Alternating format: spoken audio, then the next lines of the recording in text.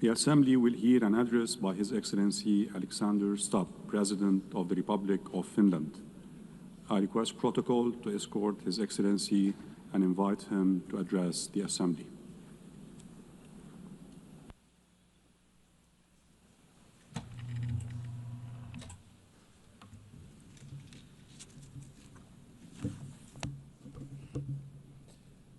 Mr. President, Excellencies, ladies and gentlemen, in its simplest form, foreign policy is really about three things: about values, interests, and power.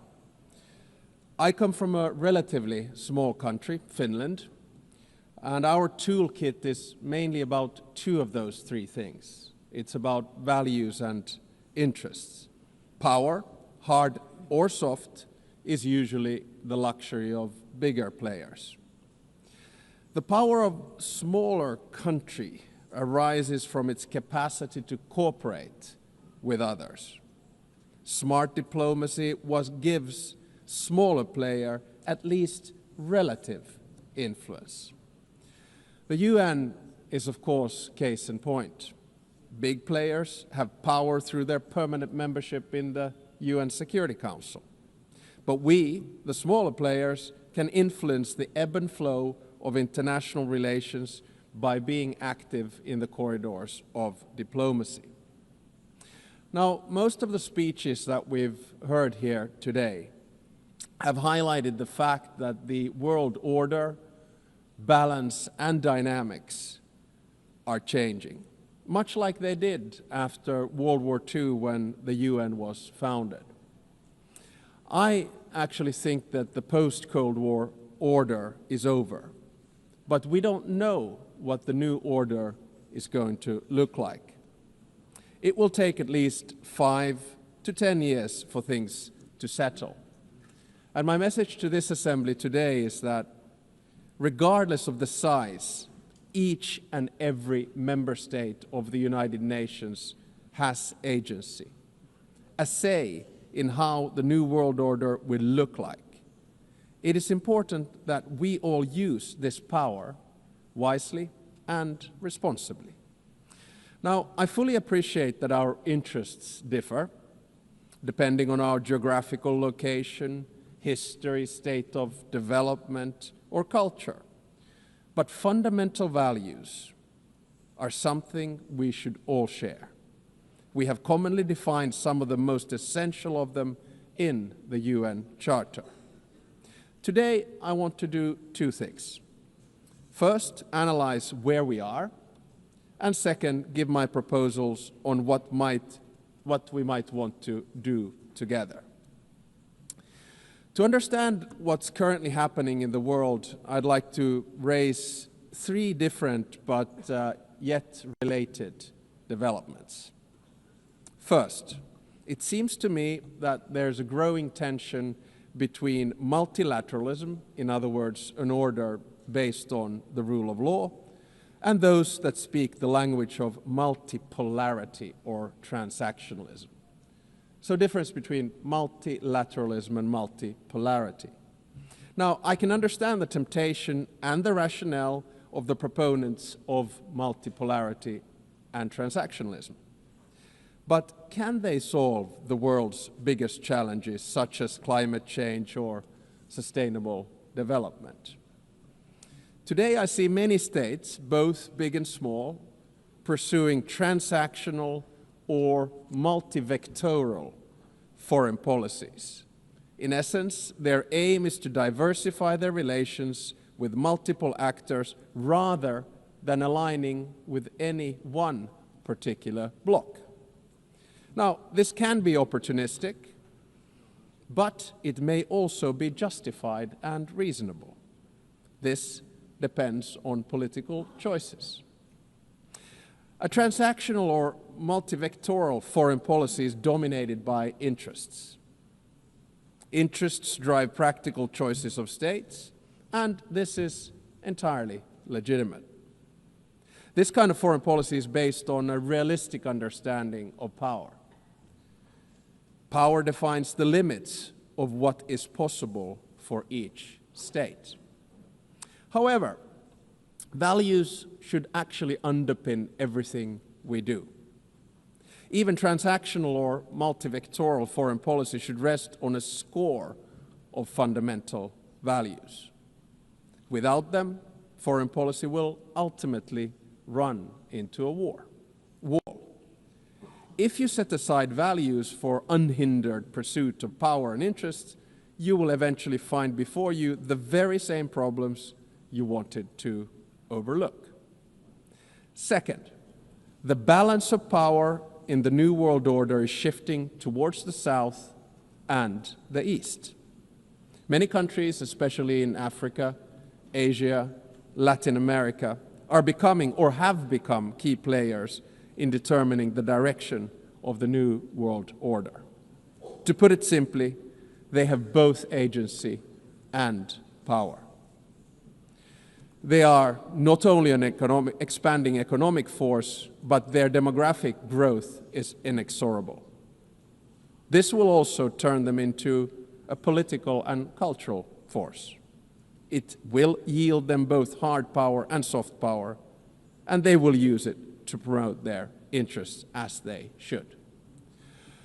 The 193 members of the United Nations do not have to agree on every minute detail of values, but we have to have a common understanding of fundamentals.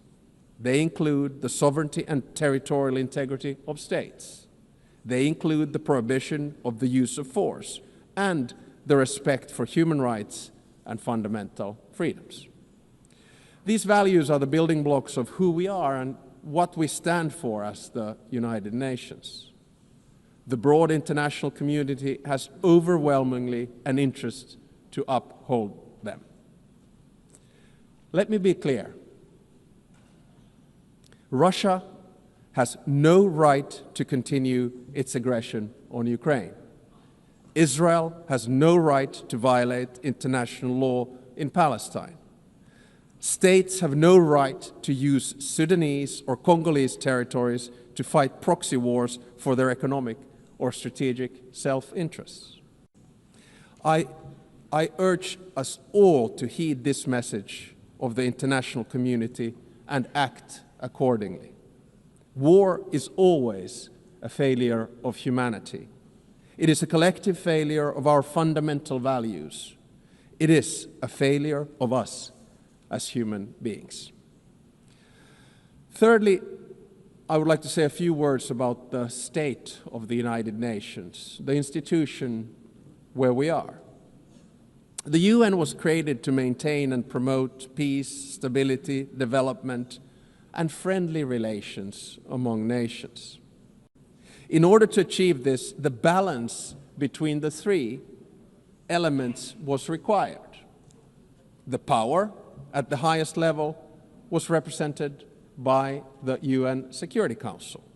The interests of the wider membership were reconciled here in the General Assembly, and the values were enshrined in the Charter and consolidated as rules of international law.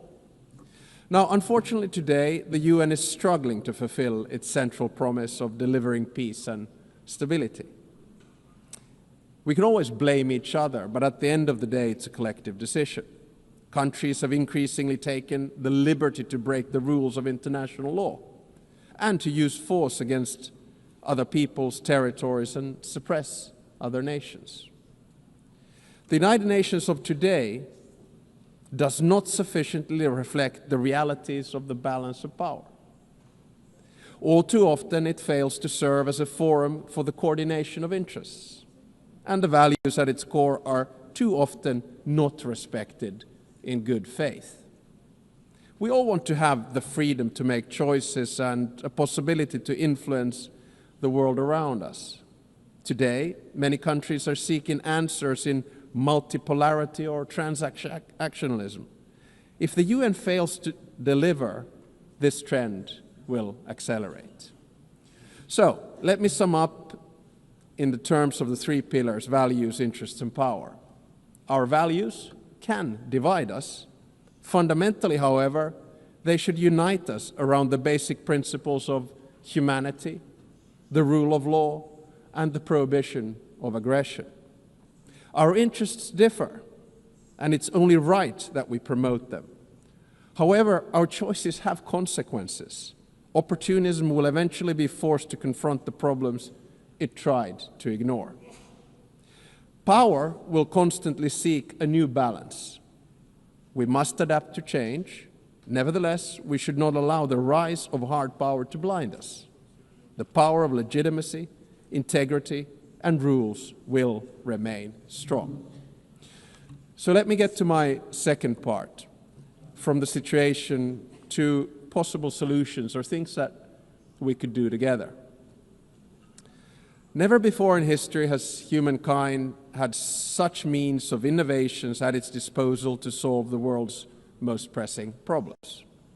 However, the current direction is wrong in so many ways. There are more wars than at any time since World War II. The world is becoming increasingly divided. And so are our societies, and the measures to deal with climate change and sustainable development are lagging behind.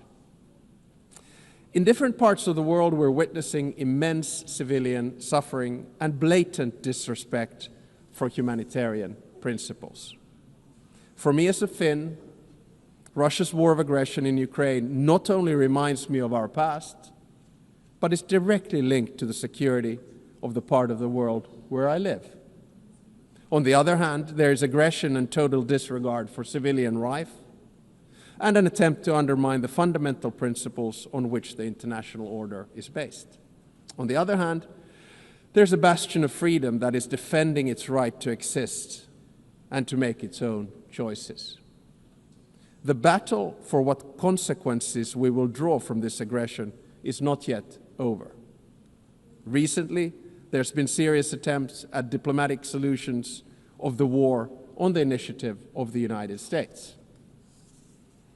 There are no perfect solutions to wars. At the same time, we know that any decision made in these matters will have far-reaching consequences in Ukraine and beyond. There can hardly be a stronger unifying interest among the UN's broad membership than our opposition to the wars of conquest. Aggression must not be rewarded. Accountability for the most serious international crimes must be pursued. In the Middle East, civilians in Gaza are experiencing immense suffering. The deepening humanitarian crisis has reached unbearable levels and represents a failure of the international system. At the same time, Hamas continues to hold the hostages it has taken, and many have already lost their lives. An immediate ceasefire is needed in Gaza. That has been reiterated from this podium many times today and yesterday. Humanitarian aid must be granted safe and unhindered access. The hostages must be released. I commend the efforts led by France and Saudi Arabia to advance the two-state solution. The negotiations must meet the Israeli and Palestinian security needs and Palestinian right to self-determination, its legitimate aspiration for statehood and sovereignty. The occupation that began in 1967 must end, and all permanent status issues must be resolved. Correspondingly, the countries that have not recognized Israel must do so. At the same time, the international community must support and strengthen the Palestinian Authority for it to govern the entire Palestinian territory effectively. This is the only viable option for achieving a two-state solution. A stable Palestine will also significantly benefit the security of Israel. In many parts of the world, conflicts are raging, causing immense suffering locally, instability regionally, and reverberations globally. We've witnessed particularly brutal violence in Sudan, in the Democratic Republic of Congo, in Haiti, Myanmar, and Mali, among others. Civilian populations continue to face famine and displacement at a large scale. And sometimes I feel that we end up looking at conflicts only that are near to us. But I think the job of the UN is to look at all of them with equal determination. I praise all those who, in good faith, continue to work for peace despite the daunting task. In June, a peace agreement was reached for the conflict in the Eastern Democratic Republic of Congo. The true test, like with all peace agreements, lies in its implementation. Does it stick? There's a humanitarian crisis of alarming proportions that compels us, all of us, to respond. Peace processes should not be transactional. They must be guided by international law. All countries and stakeholders in the region must be engaged and committed to achieve sustainable peace. The presence and involvement of the UN is essential. I would also like to stress the crucial work carried out by journalists amid conflicts and in other difficult circumstances. Attacks on members of the media are unacceptable. Media freedom is the basis for democracy. It is a prerequisite for an open society. The ability of the press to carry out its work is important for all of us. Ladies and gentlemen, the composition of the UN still largely reflects the world of 1945. As the world has changed drastically, so should the decision-making at the UN. Last year, in this very hall, I argued for a reformed Security Council, a council where currently underrepresented regions would have a stronger voice through permanent seats at the table. The number of permanent members should be increased in the UN Security Council for Latin America. I think I'm going to say this every year because it's the only place where I get applause. No single state should have a veto power. And if a member of the Security Council violates the UN Charter, its voting rights should be suspended. I believe that these changes at the top of the UN are necessary in order to maintain the UN's central role in international relations. At the same time, a more comprehensive reform of the UN is needed. I commend the Secretary General for his UN 80 initiative, and I encourage him to take bold and ambitious action. So Finland strongly supports the UN and wants it to succeed. Therefore, we stress the need for true reform to enhance the organization's credibility, relevance, and efficiency. This will ensure that the UN can act. The UN needs to focus its efforts on its most important goals: ending and preventing wars, protecting human rights, and acting as a catalyst for sustainable development. And also, we need to get the UN back into peace mediation. I would argue that one of the reasons that we have so many wars right now is that the UN is absent from peace mediation. No other organization can offer the legitimacy comparable to that of the UN. If the UN is absent, conflicts are not resolved without it, which is not in our common interests. The UN is needed as a mediator, and the member states should support it at this endeavor. Finally, Finland is strongly engaged in the work of the UN and will remain so. Therefore, we're also standing for election to the Security Council for the term of 2029 to 2030. Should we be elected, Finland pledges to be a principled and pragmatic partner for peace. We are principled in our commitment to international law with the Charter at its core. We are pragmatic in seeking solutions that truly advance international peace and security, recognizing that progress is often incremental. At the outset of my speech, I said that each and every one of us has agency, a say how the new world order will look like. We want to be able to make our own choices and have an impact on the world around us. Nelson Mandela saw truth and reconciliation as the only hope for nations that are bitterly divided. The same applies to relations between states. We should learn from history, but always look to the future, bearing in mind that our decisions will shape it. Thank you very much.